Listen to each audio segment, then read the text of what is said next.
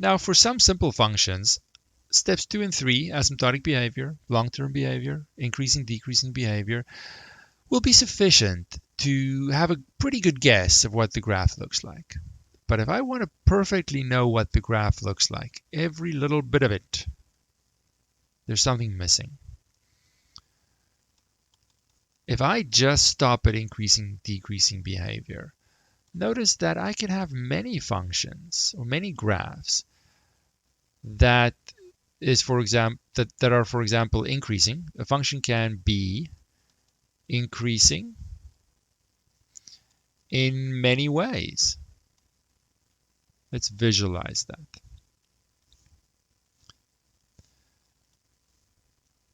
It can be increasing like this. That's definitely uphill. But it can also be increasing like this. They're both increasing. Any tangent line has a positive slope. And just saying, oh, it's increasing there, that doesn't quite tell me the shape of that graph. Something is missing. I have a similar issue with decreasing. A function can be decreasing in many ways. My writing is not very good today. I apologize. Is it ever good? No.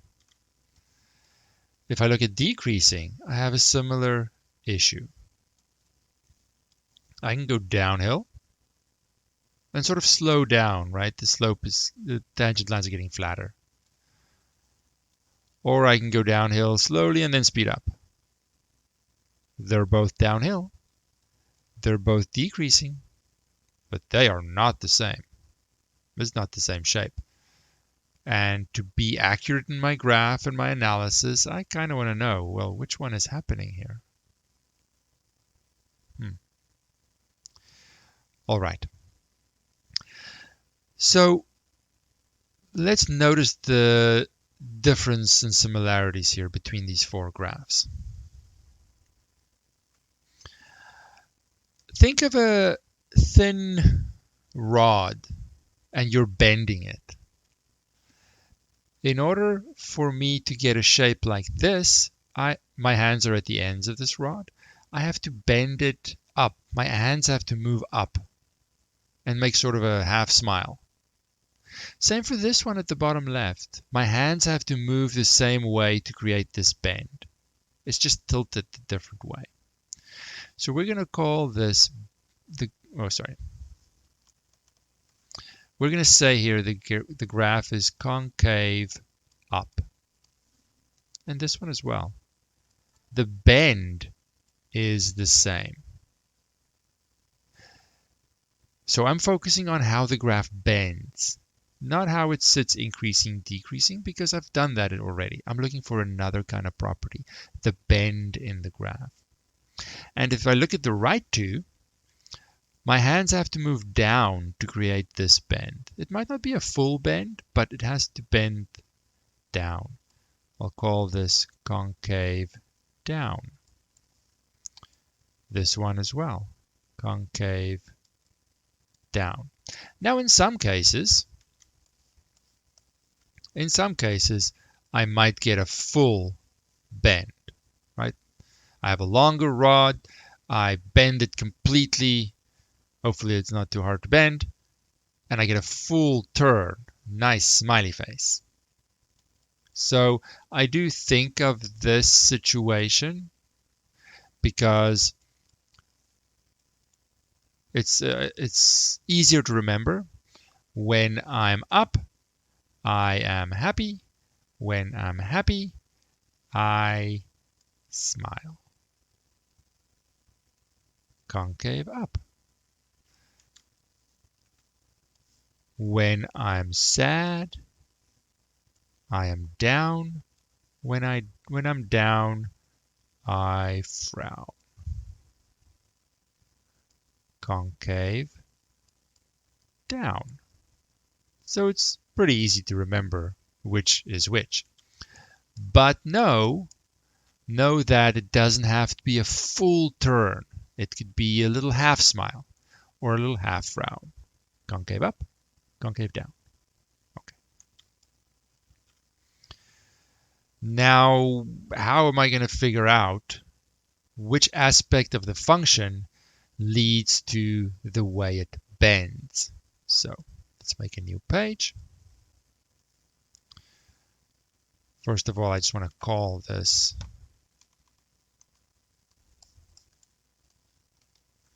step 4. The bend in the graph, we call that the concavity. Concavity.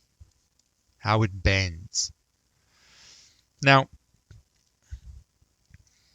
let's take a side note. Let me just take a side note. Take a function, I don't care what function. Let's call it g. Take a function g of x. Remember that this function is increasing, forgetting the 0 part of it, whenever the derivative is positive. I later on include the 0. I don't want to worry about a technicality. Let's just think positive. Okay. Regardless of the function, if it's increasing, its derivative is positive. If its derivative is positive, it's increasing. Okay. So let's keep that in mind. Now let's just look at the classic concave up. Big smile. Actually, I'm going to write it at the bottom. Big smile. Best case scenario. And let's call this guy f of x. So, if f of x is looking like this, concave up, what can I say about the slope values? Well, let's take some points of interest here. Let's take this point, and this point, and this point, and this point, and this point. Of course, there are many. I'm just taking some of them. And let's look at some tangent lines here. This tangent line over here, maybe its slope, it's pretty negative, right? It's pretty steep. Let's say it's -10. This slope over here, that was supposed to be a straight line. It's a little flatter, but it's still negative. Maybe it's a -2. This guy at the bottom, that's going to be horizontal, slope 0. This guy over here, well, he's a little flat, but he's positive. Let's say it's slope 2. Just examples, right? The one on the right here, it's a little steeper, but positive. Let's say its slope is 10. Just examples. So, in this situation, I have slope values among many others. They go -10, -2, 0, 2, 10, and of course they keep going, and there's stuff in between and whatever.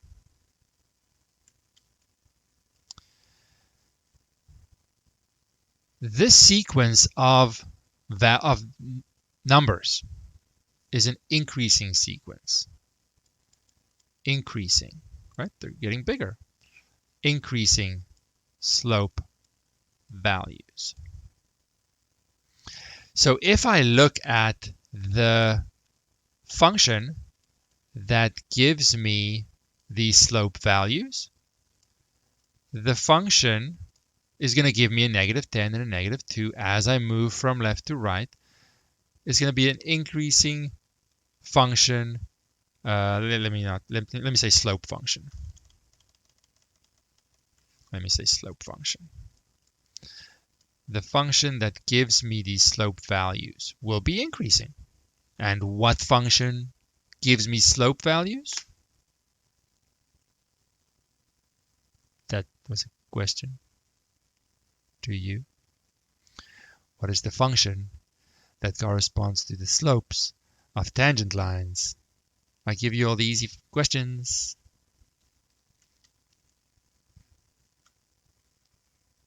No one. All right. Nice. It is, of course, the derivative. So the derivative of the function of f is an increasing function. Is my mic still working? I sometimes wonder. So now, what does that mean? Remember up here our side note that if I have a function, I don't care where it comes from. If it's increasing, its derivative is 0. Greater than 0, sorry. Let's write the derivative like this. Now I have a function. Stop with that stupid lines. I have a function right here. That's a function. I don't care where it comes from.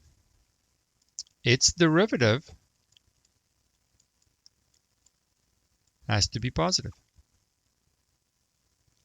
So what I have here is the derivative of the derivative of f of my function. We're going to call that the second derivative, the derivative of the derivative. So I have multiple layers of derivatives because when I take the derivative, I get a function. Who says I can't take the derivative of that function? And in fact, that second derivative is going to tell me how the graph bends. Now for short, we're just going to write this as f double prime. And that is going to be what we have to look at. Now I can do a very similar thing for concave down. If I'm concave down, my slope values will be decreasing and my second derivative has to be negative. All right, let's get some examples going. Again, we're going to continue with more examples tomorrow, and that'll be the end of our discussion focusing on one step at a time. Just because I'm paranoid, can someone just confirm in the chat that my mic is actually working? Because no one responded to my question. I wonder if it is actually still working. Maybe I've been talking to myself for 20 minutes and no one says anything. Okay, good. So, example time. Now again, it's more than anything else really. If I just do step 4 and find where the graph bends, I have no idea what the graph looks like. I have no idea. I need it as the final piece to my puzzle, but the only piece, I can't see the puzzle. So let's look at a function.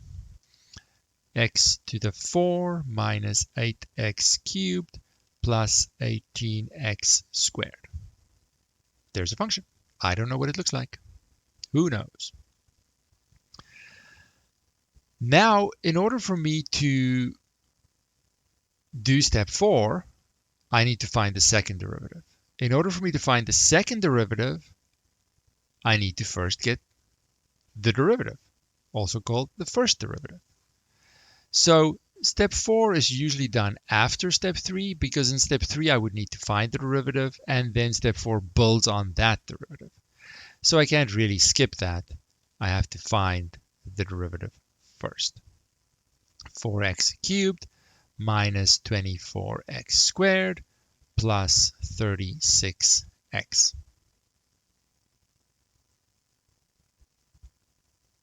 That's just the first derivative. Now this is going to be a pretty okay version for me to find the second derivative, which is now the derivative of this function. Right? Derivative of this function. So it is just the basic properties. 12x squared minus 48x plus 36.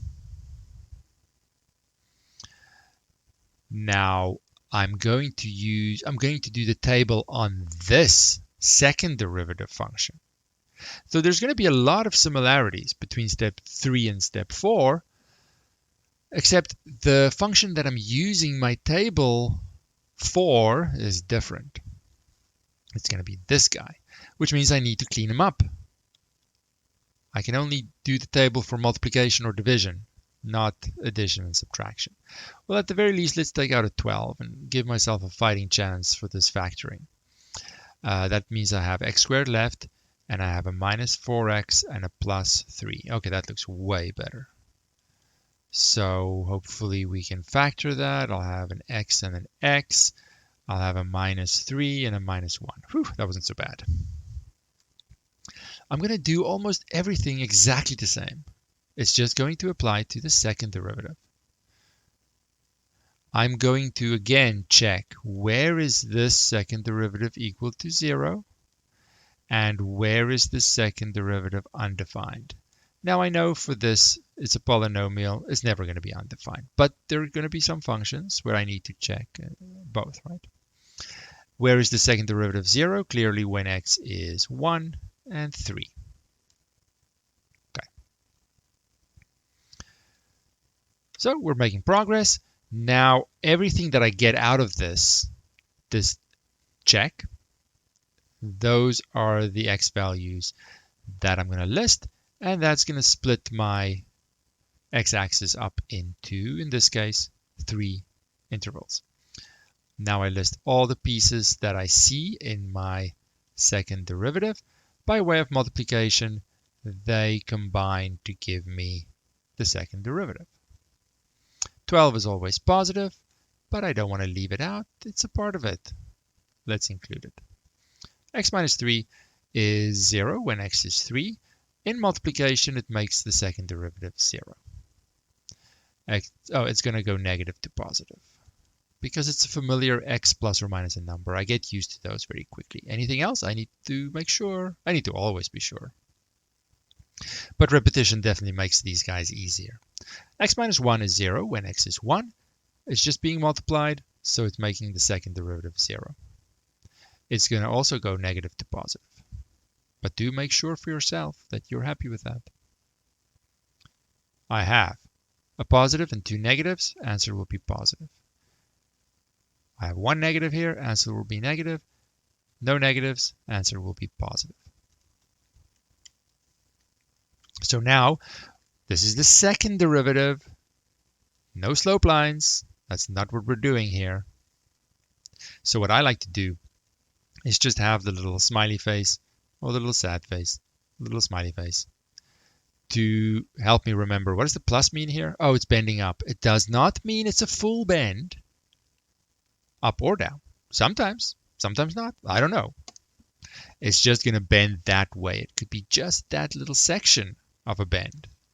It's still the same kind of bend, concave up. Okay, so this is just a reminder for me what is happening.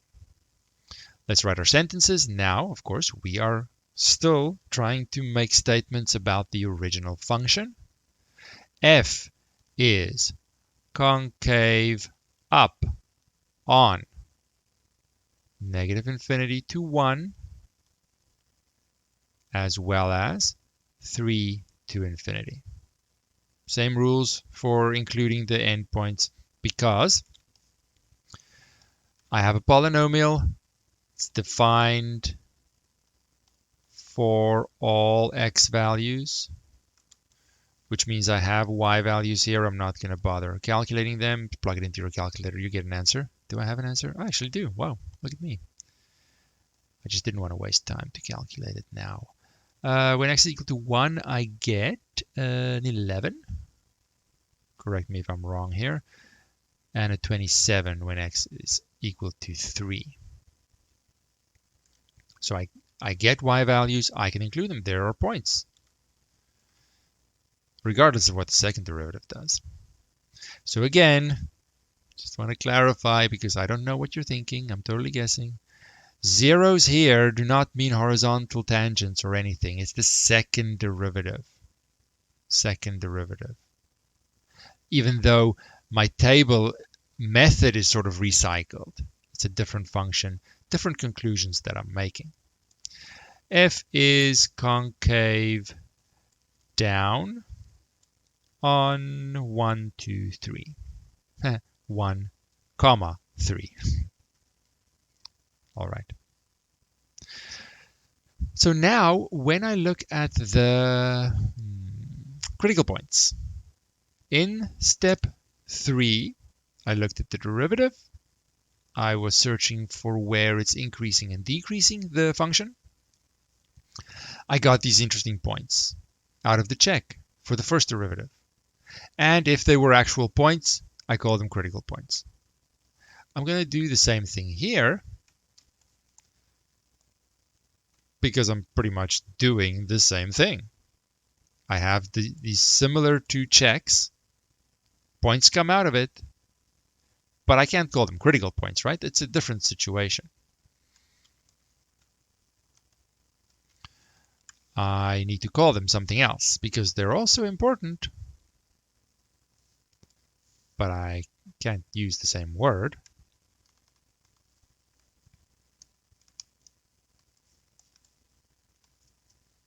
Now, before I do that, I think maybe seeing this graph might help me. Even though, just from this, you are not expected to know, and I won't know. I need all the pieces. I don't know what this graph looks like. I am cheating and giving you the answer. It is not obvious from the information that we have. So please be aware of that. So I actually have a horizontal tangent here at 0. And I'm going to come through that. Of course, all that information comes from step 3. At 1, I have what I said, 11. And the bend, see the bend in the graph is up. It actually goes through a full turn. Then over here, remember at the top there, you see it bends up. At 1, it changes to bending down. Whoops, that's wobbly, I'm sorry. I don't remember if it's if it's horizontal here. I actually don't remember. Because I didn't do that step, I don't know. I can't remember.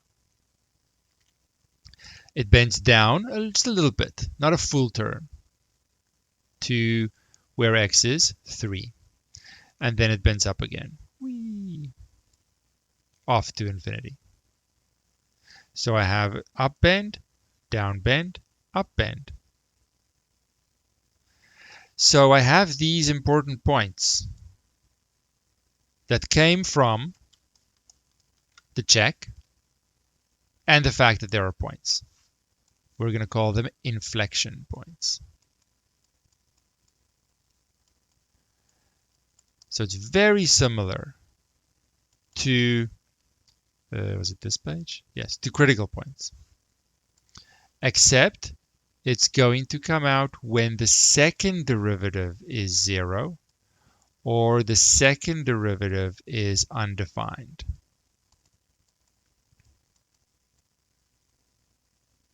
So that's still my check, but now applied to the second derivative. And I have to have a point. So my function is defined there. There is a y value. There is a point. See, it's just like this one. But, of course, it can't be perfectly the same. There's another and.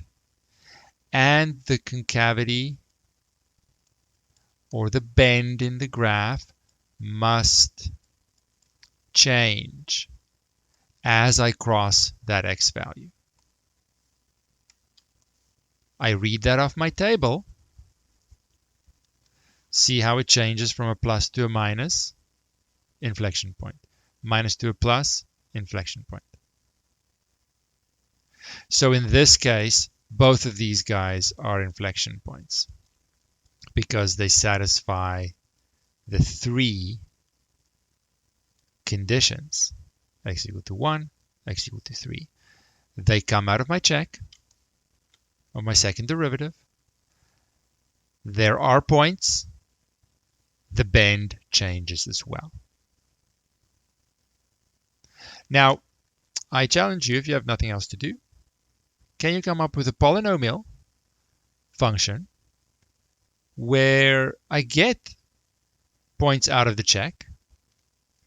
They're points, they're defined, they're y values, yet the bend doesn't change, and they're not technically inflection points.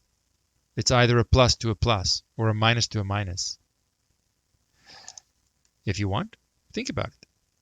Otherwise, tomorrow, first thing, we will look at an example like that, just to show that not all of the points that come out of this are necessarily classified as inflection points.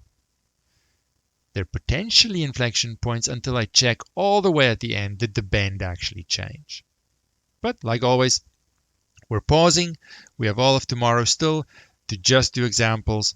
Bring your questions. Make sure you understand. A lot of information is happening. Make sure you are on top of things. Are there any questions at this stage before we pause and pick it up tomorrow?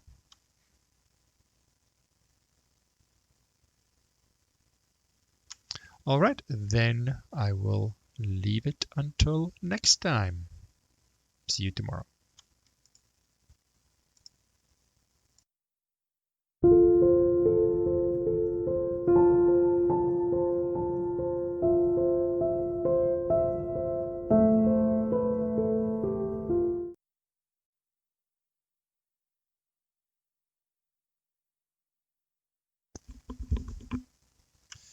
Good morning, everybody, and welcome to our, well, it's not our last session, but last session of the week on graphing, where we do more examples on step 4 because we need them. We need to see all the things that we need to see. And we have not done enough examples on step 4 just yet.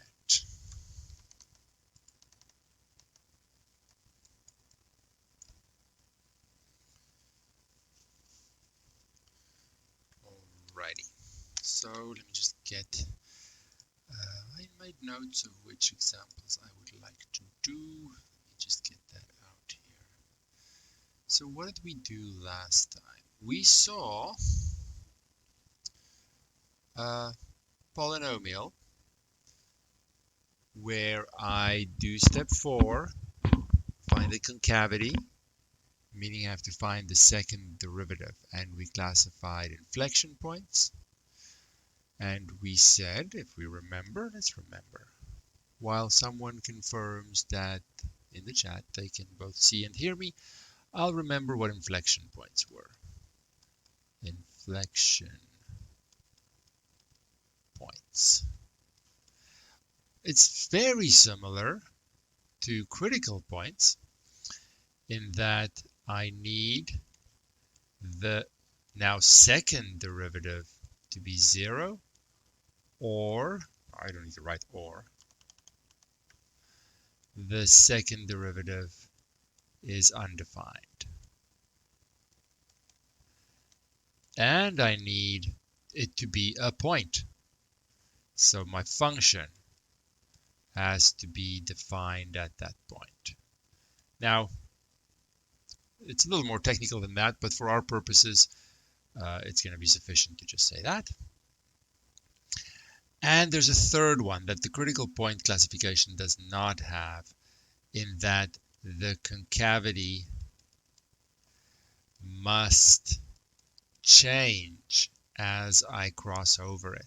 So we saw last time, if I quickly copy it, we had a 1 and a 3, and we had some detail, but essentially the second derivative went from plus 0 minus 0 plus, bending up to bending down to bending up. And I had y values for both of those. It was a polynomial anyway, so I knew it was defined.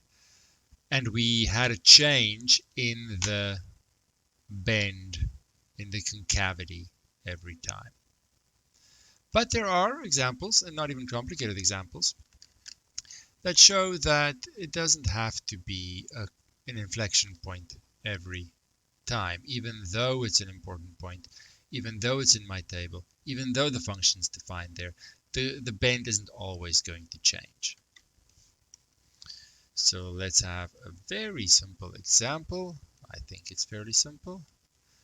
X minus 1. Anything that I can just do transformations on to understand is pretty simple. So I don't need this technical root, but I just want to show that I can do it and what it looks like. So of course, on the way to the second derivative, I need to find the first derivative, little chain rule, 4x minus 1 cubed times 1, which I guess I can write it, but I don't need to look at it to move forward to the second derivative. I then have 12x minus 1 squared, of course, times 1 again, which I don't need to look at. So there's my second derivative, not complicated at all. I'll do it over here. Second derivative is clearly 0 when x equals 1, and the second derivative is undefined. Never, it's a polynomial. So I get my potential inflection points, and there's one of them. I don't know if it's an inflection point yet, right? Because I've only checked the first part. But it's definitely a potential inflection point. I list everything, maybe a 12, maybe an x minus 1. Why are there brackets? I don't know, and there's another one. And together, they give me the second derivative. 12 is always positive. X minus 1 is 0 when x is 1. Goes from negative to positive. Makes the second derivative 0. Same for this one. They are copies. Now I have two negatives and no negatives. I'm bending up and I'm bending up. Now, this diagram is just for me to remind myself the bend. It doesn't mean it's a full turn. And in fact, it isn't. So I'll just write over here. My function is concave up everywhere, because I don't have to exclude 1 because it's defined there. I have a y value. The y value happens to be 0. So I have a point. I have it as a potential inflection point, but the bend doesn't change. Now, by way of one single transformation, I can very quickly graph this, of course. It is based on my basic function. X to the 4 is just like a U shape. Whoops, no, I didn't even shift it. Wow. Shift it to the right. U shape there at 1. It helps if I make sound effects. Makes it smoother. So you see, it does actually make a full turn through 1. So the left side is concave up and the right side is concave up, and they attach and make a full turn. So I need that for it to be an inflection point. I need the bend to actually change. So there is no inflection point. It has no inflection point. Okay. So for the increasing decreasing behavior, a critical point is one that comes out of my check for the first derivative, of course. And if there's a point, it's good. It's a critical point. I don't care if it's increasing and decreasing or changing or anything. I don't care. If there's a point and it comes out of the check of the derivative, it's good. But the inflection point requires a little more. Comes out of the second derivative check. There is a point, but the bend has to change. Otherwise, it's not technically called an inflection point. It's still important to me. It's still in my table. I still take note of it. I treat it just like any other point. I don't discriminate. But somewhere someone decided, nope, we're not calling that guy an inflection point. Even though in terms of how I use these points, I really don't discriminate at all. They're always important.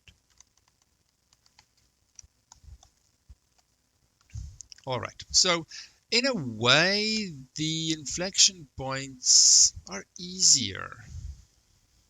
We don't have that many little things in examples that we did for step 3, I feel.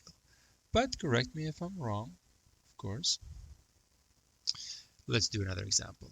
We don't need these examples to be super complicated. We are not done. Even after this, we have to practice putting all the information together. That still is coming next week. So the discussion isn't done. We'll have more examples. Now, here I need to, of course, go through the first derivative in order to get to my second derivative. First derivative, we have done before. This is the same example I've used previously, so I'll just copy it. Hopefully that looks familiar. And if not, just trust me, that is the derivative. You have to do the quotient rule, you have to clean up the quotient rule, and this is what we get. Now I have to do the derivative on this. Now many people go, quotient rule, absolutely, I see it, it's a rational function. There's nothing wrong with that. Let's do it over here. And of course, then I have the bottom one squared. So then I have to the power of 4. Derivative of the top times the bottom minus the top times the derivative of the bottom. And then I have to simplify that because I have a reason to simplify. This times 0 means that the term is irrelevant. I have a negative 4 and one of the brackets cancel to leave 3 of them at the bottom. Nothing wrong with that. But know your options. Know your options. I have fancier properties that might be applicable. I could see this as 2 times x plus 1 to the negative 2. That means I can avoid the quotient rule, but I have to use the chain rule. So this is an OR. So I could use that approach instead and say, okay, chain rule, negative 4 x plus 1 to the negative 3. I don't love negative exponents moving forward, so I move it to the appropriate side, and you see I get the same thing. Some people love the quotient rule. I don't want to stand between you and your love of the quotient rule. That's okay. But know that you have options. And the chain rule is another option. Whichever one really gets me to simplify safely, honestly. That's my priority here. I don't want to make a mistake in simplification because I'm going to use that simplified version moving forward. So regardless of how you get it, I get the same thing, right? So the second derivative is 0 when. Second derivative is undefined when. First one, 0. Let's see if we've learned something. The second derivative, whichever one, they're the same, right? It is 0 when. For which x values will that second derivative function equal 0? This is your moment. Seize it. Never. See how we've learned? It's good. It's good. Never. Because there are no x's in the numerator, and only the numerator can make a fraction 0. It's undefined, clearly when x is negative 1. So, because these examples are fairly small, I get, again, just one contender. It's negative 1. Now, of course, in isolation, this doesn't really give me a clear impression of the graph. But if we look back and remember we have done steps 1 and 2 for this function, it's not that bad. It's a little unsatisfying if I do all this work and I still don't know what the graph looks like. I'd like to know. But this step alone is not sufficient. So negative 4 is always negative. X plus 1 is 0 when x is negative 1. It's in the denominator, so it makes the second derivative undefined. It's going to go negative to positive, and all these guys are the same. I could merge them together. If you're comfortable doing that, go right ahead. But the simpler I make each of these pieces, the easier it is. I have 4 negatives, and I have 1 negative. So I bend up, I bend down. Let's write the sentences. I did not write my sentences here, did I? Oh well, it's over. F is, I did actually, no I did, I remember. Concave up on negative infinity to negative 1. Infinity always gets a round bracket. Does negative 1 get a round bracket or a square bracket? That is my question. Round bracket or a square bracket? These are things you're going to have to ask yourself. And if you're watching in YouTube, you can still answer. There is a chat box. You are not exempt from these questions. Round bracket or a square bracket? I want to include it. I really do. I want to include as much as I can. But I am referring to the original function. And the original function up here is not happy with negative 1. It's undefined at x equal to negative 1. So I can't include an x value that doesn't have a point. I'd love to, but I can't. So for that reason, it is not a square bracket. I wanted to, but it is not. That is not even a pretty round bracket. Come on. Eh. So I have to know why I'm doing things, and then, well, I need to know what I'm doing and why I'm doing it. Concave down, I need to know the reason. Concave down, negative 1 to infinity, obviously. Again, for the same reason, I can't include that negative 1 as much as I'd love to. Can't be done.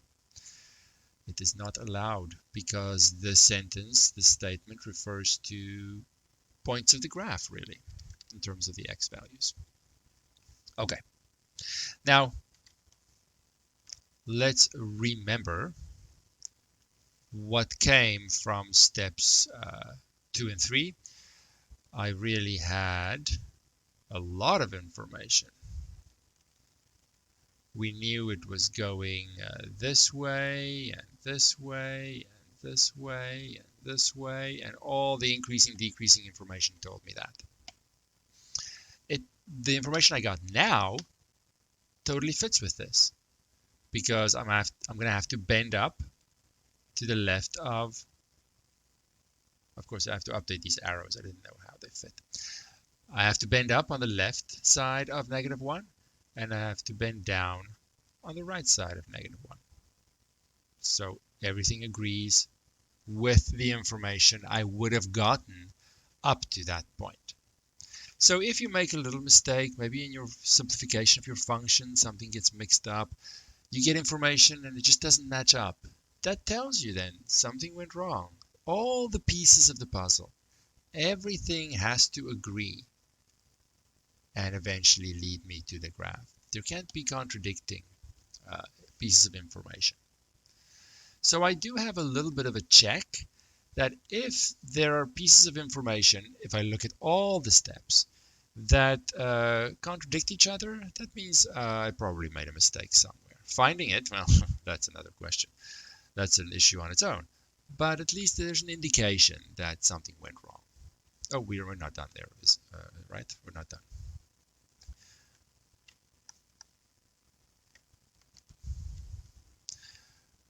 We have this x equal to negative 1. Is it an inflection point or not? Let's write it out like this. Inflection point, ooh, that's ugly, at x equal to negative 1, question marks. I need to know. It's definitely a contender. It's the only contender that came out of my list. Is it an inflection point, yay or nay? Those are your two choices, yay or nay. YouTube is very quiet. I don't know. No, your choices were yay or nay. Those were the only choices. I'm sorry. And you have to know why, right? You have to know why, because you can't guess 50-50 and hope you're right. Why is it not an inflection point? Why? That's important. Can't guess. I need to know. Because we have said it before, I know. It's a contender. The concavity is changing, but there is no y value. There's no y value. There's no point to call it any point, regardless of inflection point. There is no point. So you have to know all the requirements to be called those things. Sometimes they ask you, what's the inflection point? What's the critical point? Sometimes they don't. Regardless, you have to write these sentences at the bottom. They're very important. Make sure you get your intervals and your brackets right. That's where people lose marks very quickly.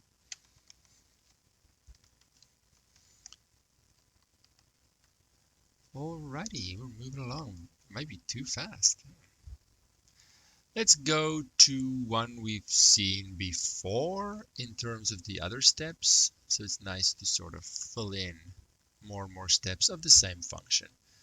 That way we can put it together and have an idea of the graph. Now,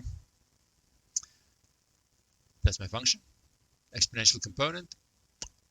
I don't really know what this graph is going to look like. I know I'm going to lose symmetry. I know that.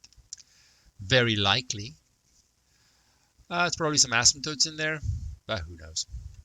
We got some information out of steps 2 and 3. I don't know if we did step 2 on this one. Well, whatever. Doesn't matter. You might have to just do step 4 in isolation and just be okay with the fact that you don't know what it looks like. Okay. So we did do the first derivative. We got this guy. So now we have to do the second derivative. Take the derivative of this. So clearly a product rule.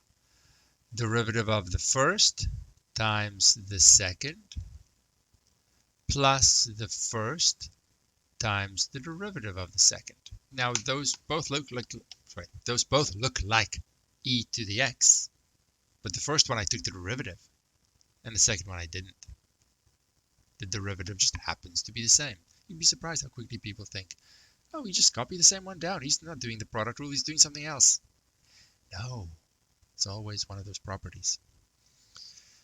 I can factor out an e to the x, and I have a 1 plus 1 plus x, 2 plus x. That wasn't so bad, not at all. Out of this, I get the second derivative equaling 0, check. Second derivative, undefined, check.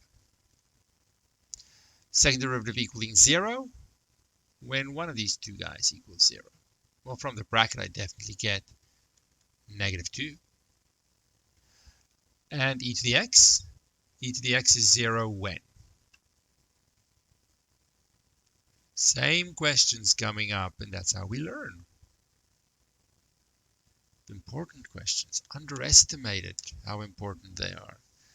E to the x is 0 when? It is 0 never. How do I know? I picture the graph, it's always above the x-axis. So it's not guessing, it's not memorizing, I literally read it off the graph.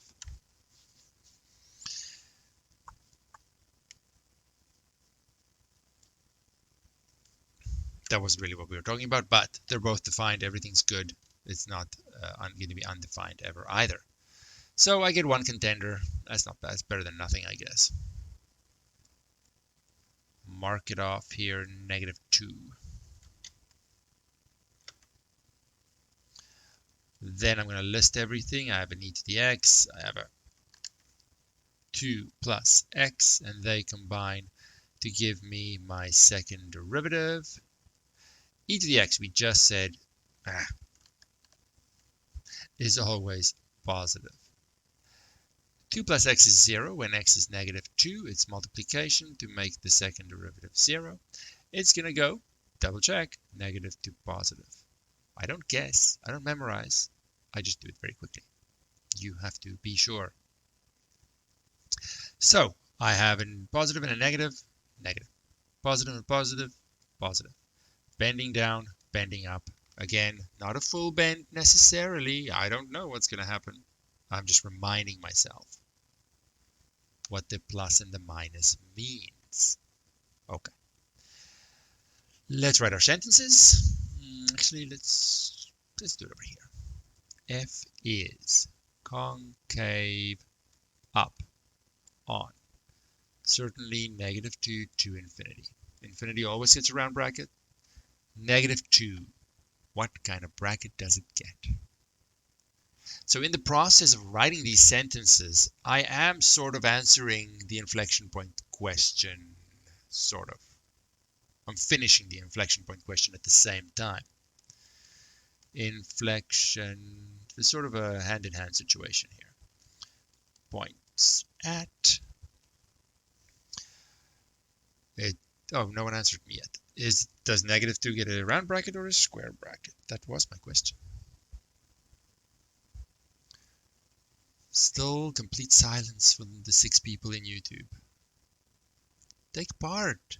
See how much we've learned in the few days by just taking part. Square bracket, because I'm referencing the original function. Actually, in this case, yeah, they're all happy with all x values. But the original function is the one I'm making a statement about, and it is defined everywhere. The y value will be -2 over e squared, whatever that is. I don't know. Don't really care if it exists. That's the most important thing. When I go to graphing, sure, I need to put the y values in their relative places, but right now I just care about existence. So that also means that, yeah, inflection point.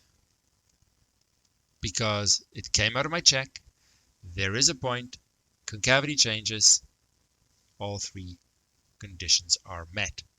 And let's finish the sentences here. Concave down, of course, on -infinity to -2. If I include it once, I'll include it everywhere. All right, so now it's a little unfulfilling here. I'd like to see the graph and how could this possibly happen? Sure, we could do that because we have some information from prior examples. I, okay. So I'll zoom in a little bit here. We had a critical point at -1. If you look back, remember, and we saw that it was going to make a little cup there. If you did step 2, and I don't think we did step 2 on this one, in combination with step 3, we would have a horizontal asymptote over there, and just going off to infinity on the other side. We would have a y-intercept of 0, and that's pretty much what we have, right? Increasing on the right side of -1, actually decreasing on the left, increasing on the right. Okay, so somehow we have to come down to that turning point and up.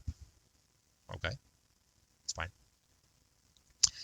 The concavity now tells me exactly how this shape looks. Let's do the right side first. I need to clean this up a little bit, right?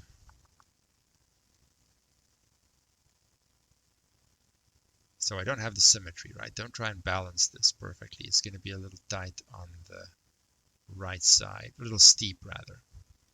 That's okay. And on the left, see bending up? No, it's bending up through to -2. Let's put that over here.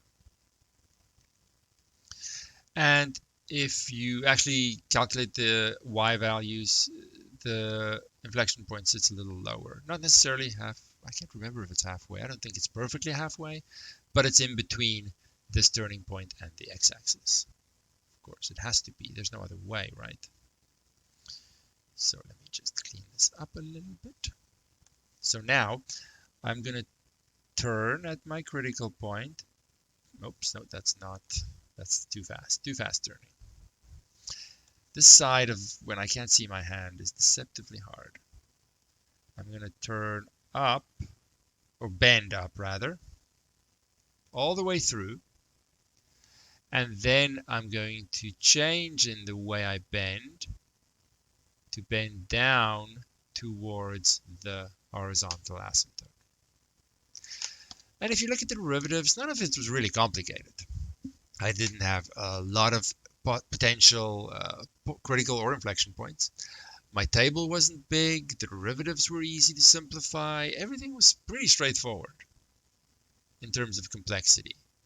Yet I get more interesting graphs. I get graphs that have an asymptote on one side, and a turning point, and changing in the bend. It's interesting stuff. So I like this middle ground. This exponential component type function is the sweet spot. Now I can't just ask you this type. I have to mix it up, unfortunately. Otherwise it'll get boring. But this is sort of the sweet spot. Not too easy.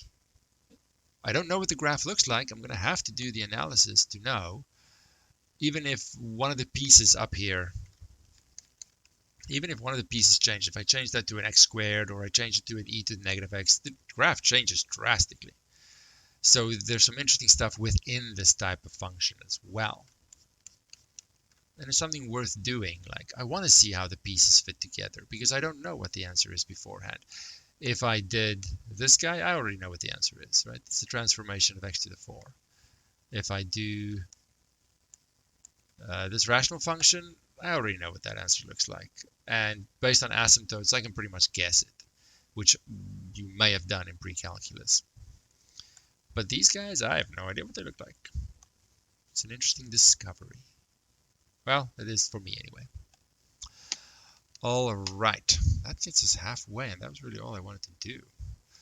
Let's see what else we can do. Let's see. Actually, yeah, I'm going to stop there with step 4. I think that's sufficient. I just want to have a little overview again because it's important. It helps me anyway. So my steps. Warm-up step. Not given enough attention. Identify the function, y-intercept. Oops. I wanted to write y-identify. Y-intercept, and so on. If you don't want to identify the function, leave a little bit of mystery. That's fine too. I don't really mind. Then we really got into the big steps. Asymptotic behavior. Asymptotic behavior. Then we looked at increasing, decreasing behavior. Increasing, decreasing behavior. And we looked at concavity now, which I think might have been easier than increasing, decreasing behavior. Anyway. So notice how these are following each other, apart from the first one. When I looked at the asymptotic behavior properties, I looked at the function itself. Let's call it f. When I look at increasing, decreasing behavior, it's all about the derivative. Now, I am trying to make statements and conclusions about the original function, but I get that information from the derivative. When I look at concavity, I look at the second derivative. So I essentially look at everything I can from the function itself. Well, not absolutely everything. Everything I need to, really.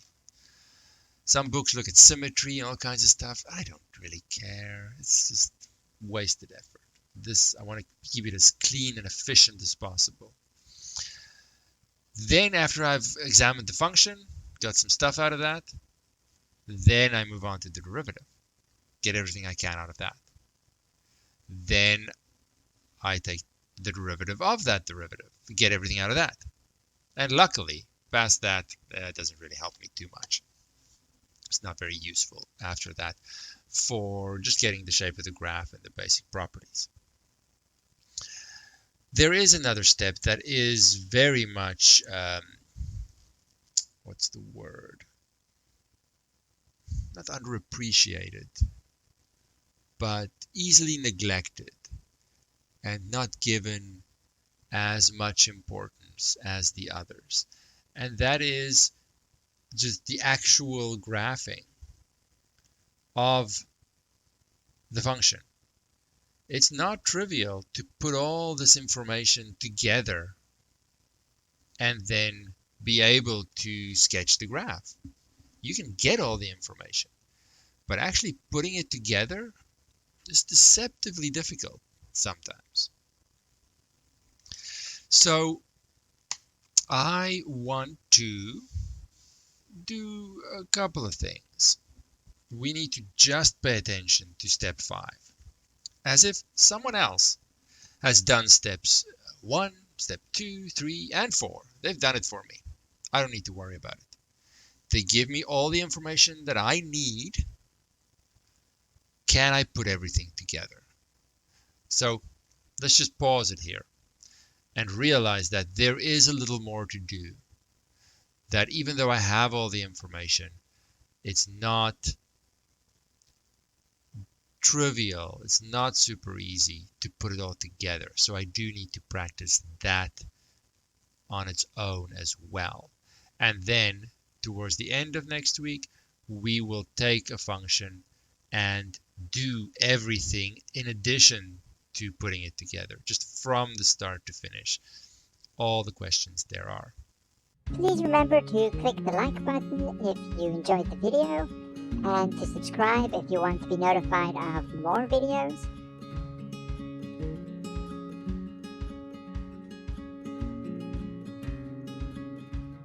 Thank you.